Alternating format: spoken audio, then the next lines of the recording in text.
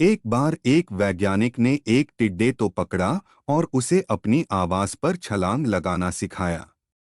वैज्ञानिक टिड्डे से कहता कूदो, टिड्डा उसके आवाज सुनते ही जोर से छलांग लगा देता। अब वह वैज्ञानिक था तो प्रयोग करना बनता ही था। उन्होंने टिड्डे की छलांग पर प्रयोग किया। वैज्ञानिक ने उसकी एक टांग तोड़ दी और फिर बोला कूदो। अब टिड्डे की छलांग की दूरी कम हो गई।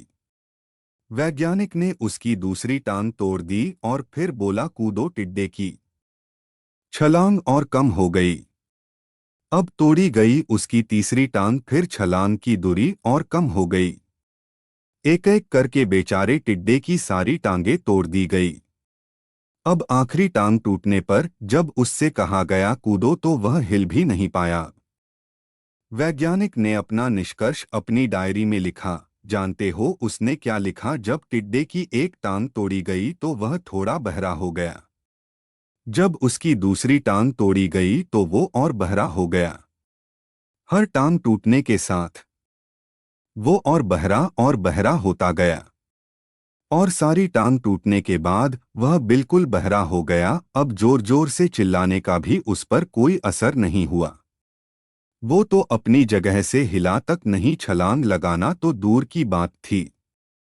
इस कहानी को सुनकर सभी को ऐसा ही लग रहा है ना कि क्या मूर्ख वैज्ञानिक था, इतनी सीधी सी बात उसे समझ में नहीं आई। या कुछ लोग ये भी सोच रहे होंगे कि ये तो किसी बच्चे को भी पता है कि टिड्डे की छलांग उसके टांग टूटने की वजह से कम होती जा रही थी, ना कि वह बहरा हो गया था।